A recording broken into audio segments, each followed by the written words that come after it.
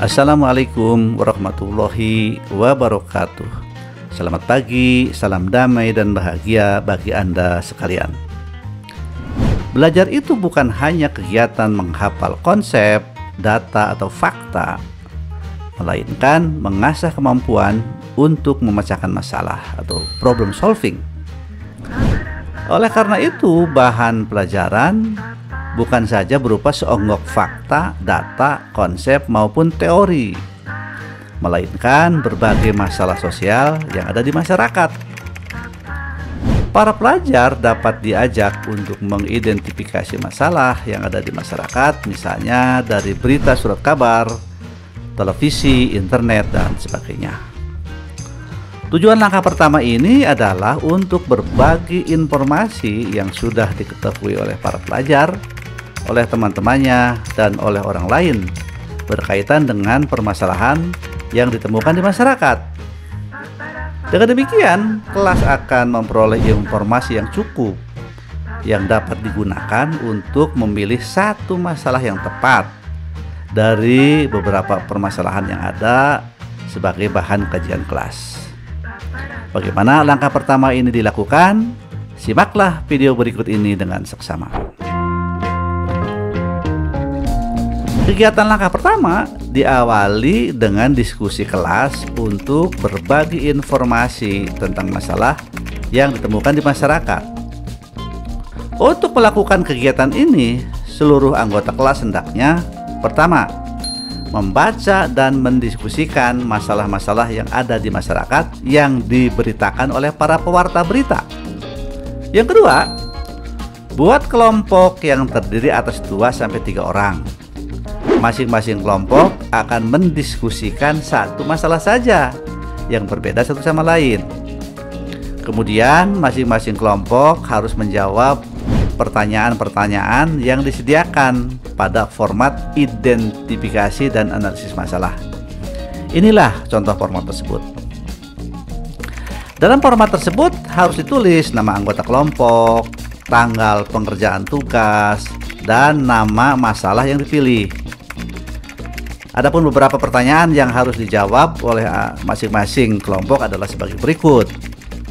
Apakah masalah tersebut di atas adalah masalah yang dianggap penting oleh kelompok pelajar, juga oleh masyarakat?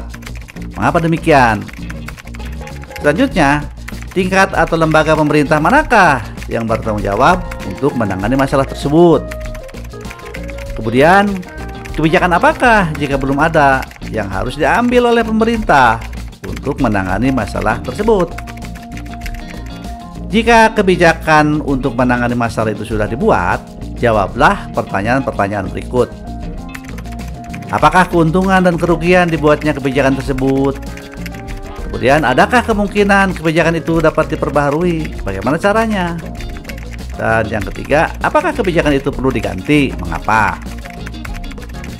Pertanyaan berikutnya, untuk memperoleh lebih banyak lagi informasi tentang masalah ini, sumber apa lagi yang dapat dipergunakan? Langkah-langkah apa yang dapat dilakukan oleh masing-masing anggota kelompok?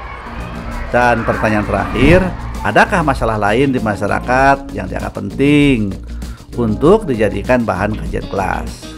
Masalah apakah itu?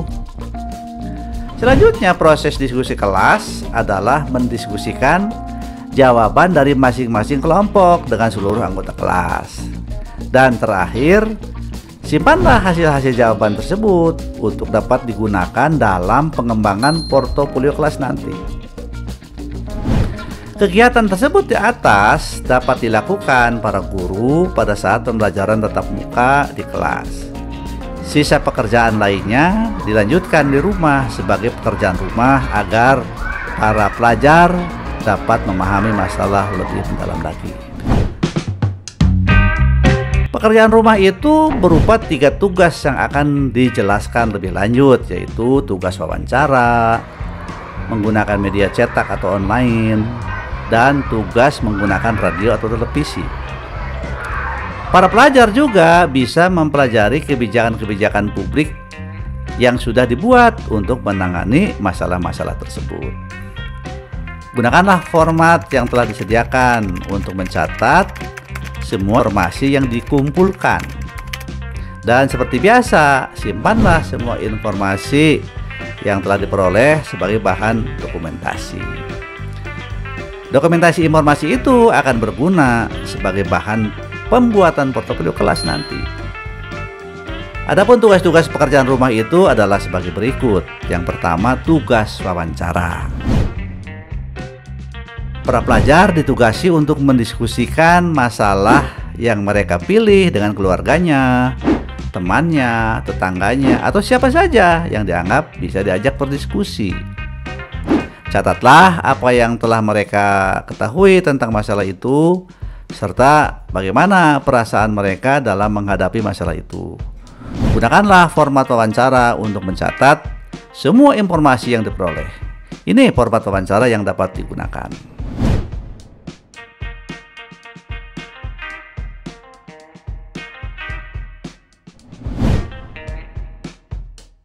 Para pelajar diberi tugas juga membaca surat kabar dan media cetak lainnya atau artikel-artikel yang dapat diperoleh secara online yang membahas masalah yang telah diteliti. Inilah yang menjadi tugas kedua, yaitu tugas menggunakan media cetak dan online. Carilah informasi tentang kebijakan yang dibuat pemerintah dalam menangani masalah itu. Bawalah artikel-artikel atau berita-berita yang mereka temukan ke sekolah.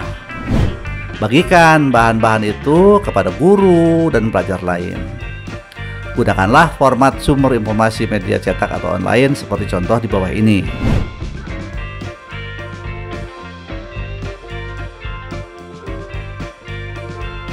Tugas ketiga adalah tugas menggunakan radio dan televisi. Para pelajar juga diminta menonton televisi dan mendengarkan radio untuk mendapatkan informasi mengenai masalah yang sedang mereka teliti, serta kebijakan apa yang dibuat untuk menanganinya.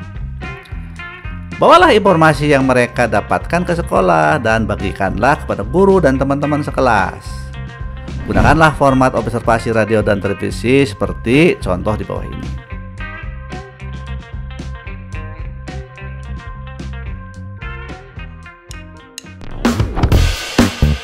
Bagaimana simpulan dari langkah pertama ini? Kegiatan pada langkah pertama ini memberikan banyak pengalaman belajar kepada para pelajar. Di antaranya mengasah kepekaan terhadap persoalan di lingkungannya. Hal ini tumbuh berkat belajar berbasis pemecahan masalah atau problem solving. Pada saat para pelajar diperkenalkan pada sejumlah persoalan yang terkait dengan bahan pelajaran, akan menyadarkan mereka bahwa belajar sesungguhnya harus sampai pada adanya upaya untuk menyelesaikan persoalan kehidupan, bukan hanya sekedar menghafalkan konsep, fakta, atau data. Pengalaman belajar lain yang tumbuh adalah meningkatnya rasa ingin tahu atau curiosity. Hal ini terjadi pada saat para pelajar mencari data dan informasi yang mendukung pentingnya masalah dijadikan bahan kajian kelak. Mereka melakukan wawancara terhadap sejumlah narasumber, mencari informasi dari berita dan artikel surat kabar, menyaksikan siaran radio, televisi, dan bahkan mencari informasi dari internet.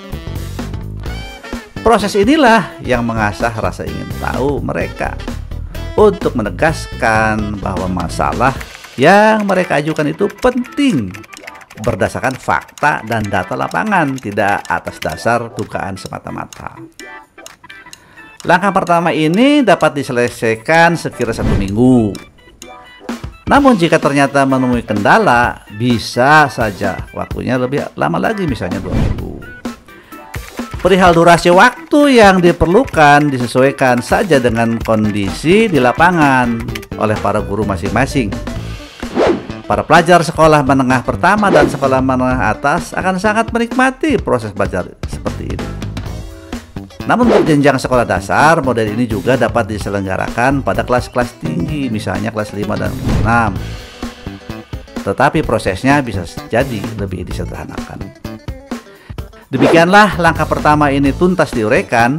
Semoga memberi gambaran bagaimana langkah pertama dari model proyek belajar karakter ini diselenggarakan.